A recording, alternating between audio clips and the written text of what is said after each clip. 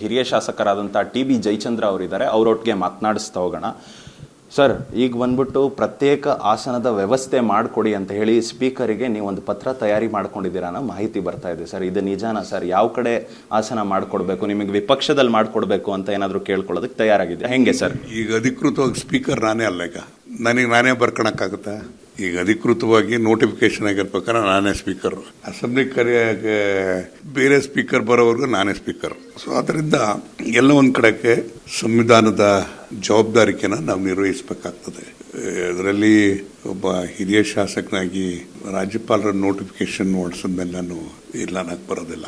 ನೋಡೋಣ ಏನೇನಾಗ್ತದೆ ಸರ್. ಹಾಗಿದ್ರೆ ಈಗ ಅಧಿವೇಶನ ಆರಂಭ ಆಗೋ ಹೊತ್ತಿಗೆ ನೀವು ಸ್ಪೀಕರ್ ಸ್ಥಾನಮಾನದಲ್ಲಿ ಅಂದ್ರೆ ಚೇರ್ ಮೇಲೆ ಹೋಗಿ ಕೂತಿರ್ತೀರಾ ಅಂತ? ಇದನ್ನೇ ಈಗ as it is I am speaker.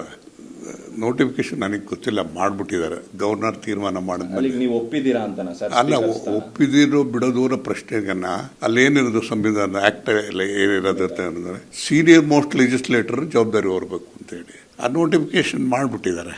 Governor notification ಮಾಡಿದಾಗ how can I go back? This A question.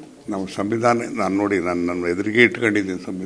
ಸಂವಿಧಾನಕ್ಕೆ ತಲೆವಾಗಿ ನಡಿಬೇಕಾಗ್ತದೆ. ರಾಜಕೀಯ ನಡೆಗಳು ಬೇರೆ, ಆದರೆ ಸಂವಿಧಾನವಾಗಿರತಕ್ಕಂಥ ಜವಾಬ್ದಾರಿಗಳನ್ನ ನಿರ್ವಹಿಸ್ತಕ್ಕಂಥದ್ದೇ ಬೇರೆ. ಸರ್, ಈಗ ಒಂದು ವೇಳೆ ನಿಮ್ಮ ಪಕ್ಷದಿಂದ ಬೇರೆ ಯಾರನ್ನಾದ್ರೂ ಸ್ಪೀಕರ್ನ ಆಯ್ಕೆ ಮಾಡಲಿಲ್ಲ ಅಂದ್ರೆ ಅಥವಾ ನಿಮ್ಮನ್ನೇ ಮುಂದುವರಿ ಅಂತೆಲ್ಲ ಹೇಳಿದ್ರೆ ನೀವು ಹೊರಿತೀರಾ ಹೆಂಗೆ ಸರ್? ರಾಜಕೀಯ ನಿರ್ಧಾರ ಮುಖ್ಯಮಂತ್ರಿಗಳು ಅವರ ಮಂತ್ರಿ ಮಂಡಲಕ್ಕೆ ಬಿಟ್ಟಿರ್ತಕ್ಕಂಥದ್ದು, ಏನಾರ ಮಾಡಲಿ ಅವ್ರಿಗೆ ಬಿಟ್ಟಿರ್ತಕ್ಕಂಥದ್ದು. ಬಟ್ ನನ್ನ ಲಿಮಿಟೆಡ್ ಇದು ಅಂತ ಹೇಳಿದ್ರೆ ನಾನು ಆಸ್ ಇಟ್ ಈಸ್ ಈಗ 3 ದಿವಸದಿಂದ ನಾನೇ ಸ್ಪೀಕರ್ ಇದ್ದೇನೆ. ಅಧಿಕೃತವಾಗಿ ನೋಟಿಫಿಕೇಶನ್ ಆಗಿದೆ.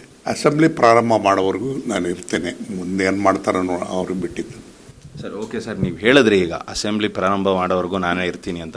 ಒಂದು ವೇಳೆ ನಿಮ್ಮನ್ನೇ ಮುಂದುವರಿಸಿದ್ರೆ ನಿಮ್ಮ ನಡೆ ಏನು? ಅದು ಅವ್ರಿಗೆ ಬಿಟ್ಟಿರೋದು.